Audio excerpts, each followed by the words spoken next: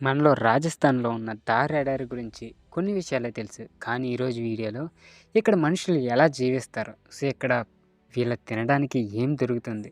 So, ఈ కొన్ని మీకు తెలియని అద్భుతమైన ఫ్యాక్ట్స్ అయితే తీసుకొచ్చా. అవేంటో తెలుసుకునే ముందు కొత్తవారు మన ఛానల్ చూసినట్లయితే నాలెడ్జ్ వీడియోస్ కోసం తప్పకుండా ఛానల్ సబ్స్క్రైబ్ అయితే చేసుకోండి. సో, నాకు తెలిసి మ్యాక్సిమం నాలెడ్జ్ ఎవరికీ అవసరం లేదు కాబట్టి చేసుకోరు. ఖచ్చితంగా వాల్యూ అనేది ఇన్ఫర్మేషన్ ఉంటే తప్పకుండా సబ్స్క్రైబ్ చేసుకొని వీడియోని లైక్ చేయండి. ఇక టాపిక్‌లోకి వెళ్ళిపోదాం. రాజస్థాన్‌లోని థార్ ఎడారి గురించి కొన్ని ఇంట్రెస్టింగ్ ఫ్యాక్ట్స్ ఉన్నాయి. సో, ఒకటి భారతదేశంలో అతిపెద్ద ఎడారి ఇదొకటి. థార్ ఎడారి. ఇది గ్రేట్ ఇండియన్ డెజర్ట్ భారతదేశంలోనే అతిపెద్ద ఎడారి అని చెప్పొచ్చు. ప్రపంచంలోనే 17వ అతిపెద్ద ఎడారి ఇది.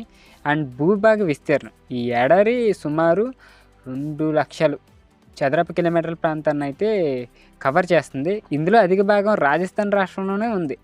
ఇంకా రెగిస్టాన్ అని కూడా అంటారు. ప్రజలు దీన్ని రెగిస్టాన్ అనే పేరుతో కూడా పిలుస్తారు. అంటే ఇసుక భూమి అని కూడా పిలుస్తారు. ఇక్కడ ఉష్ణ, పొడి వాతావరణం. వేసవిలో అయితే ఉష్ణోగ్రతలు 50 డిగ్రీస్ వరకు పెరగొచ్చు. ఇక రాత్రులు చాలా చల్లగా ఉండవచ్చు. ఇంకా ఇక్కడ జనవరిలో అయితే చాలా తక్కువ. అంటే నీటి లభ్యత చాలా తక్కువ ఉంటుంది. చంద్రనది అంటే లూని రివర్ అని పిలుస్తారు దీన్ని. థార్ ఎడారిలోనే ప్రవహించే ముఖ్యమైన నది ఇది. అండ్ వృక్షజాలం, జంతుజాలం. ఎడారి అయినప్పటికీ కొన్ని ప్రత్యేకమైన తృణధాన్యాలు, ఇంకా కటకస్ మొక్కలు, ఈ ఉప్పు, ఇక సాహనాని మొక్కలు ఉంటాయి. ఇక కాలిదూస్ అంటే blackbuck and chinkara and desert packs and gadwall పక్షులు కూడా ఇక్కడ కనిపిస్తాయి. అండ్ జైస్మాల్మన్ నగరం, ఇది థార్ ఎడారి మధ్యలో ఉన్న జైస్మాల్మర్ నగరాన్ని గోల్డెన్ సిటీ అని కూడా పిలుస్తారు ఈ జైసల్మర్ని. సో, ఇక్కడ కిల్లీలు, ప్యాలెస్లు అండ్ హవేలీలు పర్యాటక ఆకర్షణగా అయితే ఎక్కువగా నిలుస్తాయి. అండ్ పుష్కర, బీకనర్ ఉత్సవాలు కూడా ఉంటాయి. థార్ ప్రాంతంలో జరిగే ఉత్సవాలు కలర్ఫుల్గా, సంస్కృతిపరంగా అయితే అట్రాక్టివ్గా అయితే ఉంటాయి. అండ్ సైనిక ప్రత్యేకత కూడా ఉంది. భారత్ పాకిస్తాన్ సరిహద్దుకు దగ్గరగా ఉన్నందున ఈ ప్రాంతం సైనికంగా చాలా ప్రాముఖ్యం కలిగి ఉంది. అండ్ ఇసుక మురుగు అంటే శాండ్ డ్యూన్స్ అంటారు కదా, థార్ ఎడారిలో కనిపించే ఇసుక మురుగులు కూడా ఉంటాయి. సో, ఇవి పర్యాటకులను అయితే ఆకర్షించే మెయిన్ అట్రాక్షన్ అనే చెప్పొచ్చు. అండ్ ఇక్కడ ప్రజలు ఎలా జీవిస్తారనేది చాలామందికి ఒక థాట్ ఉండొచ్చు. ఎందుకంటే ఇంత ఎడారిలో నీటి దొరకడం కష్టం కదా, అసలు ఈ ప్రజల మనుగడ ఎలా ఉంటుందంటే, థార్ ఎడారిలో ప్రజలు ఎదుర్కొంటున్న క్లిష్టమైన వాతావరణ పరిస్థితుల్లో కూడా తమ జీవనాన్ని సర్దుకొని ఎంతో సహనంగా జీవిస్తుంటారు. ఇక్కడ వారి జీవన విధానం గురించి కొన్ని కారణాలు ఉన్నాయి. అవి ఉపాధి మార్గాలు అంటే పశుపోషణం మెయిన్. చాలామంది అక్కడ ప్రజలు గొర్రెలు, మేకలు, ఒంటెలు, గొర్రెలను పెంచడం ద్వారా జీవనం అయితే సాగిస్తారు. అండ్ వ్యవసాయం కూడా మితమైన వర్షపాతం ఉన్నప్పటికీ రబీ, ఖరీఫ్ పంటలుగా బజారా, మొక్కజొన్న, గువార్, ఇవి అంటే గ్వర్ర గూమ్ అంటారు వీటిని. ఈ పంటలు అయితే బాగా సాగిస్తారు. వీటికి తక్కువ నీరు సరిపోతుంది కాబట్టి ఇక్కడ పంటలు అయితే ఇవే పండుతాయి. అండ్ చేనేత అండ్ కళలు, జైపూర్, బీకనర్, జోధ్పూర్ వల్లే నగరాల్లో నెయ్యి పనులు అండ్ మట్టి పథకం పనులు, గుడ్డల రంగులు వేసే కళలు, దస్తకళలతో జీవనం సాగించేవారు చాలామందే ఉంటారు. అండ్ పర్యాటకం అంటారా, జైసల్మర్, బీకనర్ వంటివి మెయిన్ టూరిస్ట్ అట్రాక్ట్ గల ప్రాంతాలు ఇవే. చాలామంది ఇక్కడ జీవనం సాగిస్తూ ఉంటారు. అంటే డెజర్ట్ సఫారీలు, హస్తకళ ఉత్పత్తులు, హోటల్ రంగం వంటివి అయితే ఇక్కడ మెయిన్ అయితే ఉంటాయి. అండ్ వాస్తుశైలి అంటే ఆర్కిటెక్చర్ అయితే ఇక్కడ చాలా బాగుంటుంది. అండ్ ఇల్లు వాతావరణ పరిస్థితులకు అనుగుణంగా కట్టబడతాయి. మందపాటి గోడలు, మట్టి గోడలు, తాటికట్టు పైన ఉండే ఛత్రాలు అండ్ ఇవన్నీ ఉష్ణోగ్రత నియంత్రణకు అయితే ఉపయోగపడతాయి మెయిన్.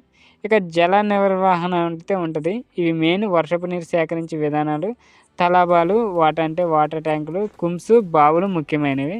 అండ్ సంప్రదాయ దుస్తులు కూడా ఉన్నాయి. ఇవేంటంటే పురుషులు పొడవైన తలపాగాలతో లుగి అంటే ధోతి, అంగర్గపు ధరిస్తారు. మహిళలు రంగురంగులు గక్రు, చోళీ, ఒడ్నీలు ధరించి ఆభరణాలు, ముచ్చట్లు అయితే చేసుకుంటూ ఉంటారు. ఇక వేడిని తట్టుకునేలా ఉండేలా రూపొందించబడతాయి ఇవి అయితే. మెయిన్ ఆహారం అంటారా, ఎక్కువగా పొడిగా ఉండే, ఎక్కువ రోజులు నిల్వ ఉండే ఆహారం తీసుకుంటారు. బజారా, రోటీ, కాడి, గట్టిగా తయారైన కూరలు, ఇక పికిల్స్, దాల్, బాతి, చుర్మా వంటివి అయితే తింటూ ఉంటారు. ఇక పర్యావరణ అనుసరణ అంటారా, ఎడారి వనరులకు జాగ్రత్తగా వినియోగించుకుంటారు. ఒంటెల ముఖ్యమైన రవాణా మార్గం వీళ్ళకి. ఎడారి నౌక అనిపించుకునేంత ఇది చూసినప్పుడు దారి ప్రజల జీవితం కష్టమైనప్పటికీ వారు ఎంతో తెలివిగా సంప్రదాయానికి గౌరవిస్తూ ప్రకృతిని కలిసిపోతూ జీవిస్తూ ఉంటారు. ఇక థార్ డెసర్ట్లో నీళ్ళు దొరుకుతాయి. ఇక నిజం చెప్పాలంటే దారెడారిలో నీళ్ళు దొరకడం చాలా కష్టమైనా కూడా అక్కడ ప్రజలు కొన్ని తెలివైన పద్ధతుల్లో నీటిని సేకరించుకుంటూ జీవిస్తారు. ఇది చాలా ఆసక్తికరమైన విషయం కూడా అని చెప్పొచ్చు. ఎందుకంటే వర్షపు నీటి సేకరణ అంటే రెయిన్ వాటర్ హార్వెస్టింగ్ ఇది అంటే తలబాస్. ఈ తలాబాలు ఏంటంటే చిన్న నీటి చెరువులు మట్టితో కూడా రాళ్ళతో నిర్మించి వర్షపు నీటిని భద్రపరిచే విధానం ఇది. ఇక బావాలీలు ఇవి స్టెప్ వెల్స్ను బోర్స్. ఇక మెట్లు ఉండే బావులు నీటి నిల్వ కోసం ట్యాంకులు. ఈ ట్యాంకులు ఏంటారా ఇళ్ళకి దగ్గరగా నీటి ట్యాంకులు తయారు చేసుకొని వర్షపు నీటిని అయితే సేకరిస్తారు. అండ్ గ్రౌండ్ వాటర్ అంటే భూగర్భ జలాలు బావులు ట్యూబ్వెల్స్ ద్వారా భూమిలో నుంచి నీటిని తీయటం. అయితే ఇది గంభీరమైన సమస్య ఇక్కడ మెయిన్. ఇంకా భూగర్భ జలాల స్థాయి చాలా లోతుగా ఉంటుంది. అంటే శతాబ్దాల కింద నీరు, అందుకే ఇది ఖరీదైన పని అనే చెప్పొచ్చు మెయిన్. అండ్ నదులు జల ప్రాజెక్టులు లూని నది మెయిన్. తారి ఎడారిలో అయితే ప్రవహించే ముఖ్యమైన నది ఇది. తేటగా ఉండదు కానీ ఉప్పగా ఉంటుంది. ఇక ఇందిరాగాంధీ కాలువ అంటే ఇది పంజాబ్ నుండి నీటిని తీసుకెళ్లే అతిపెద్ద కాలువ ఇది. ఇది తారెడారికి జీవనాధారం వంటిది.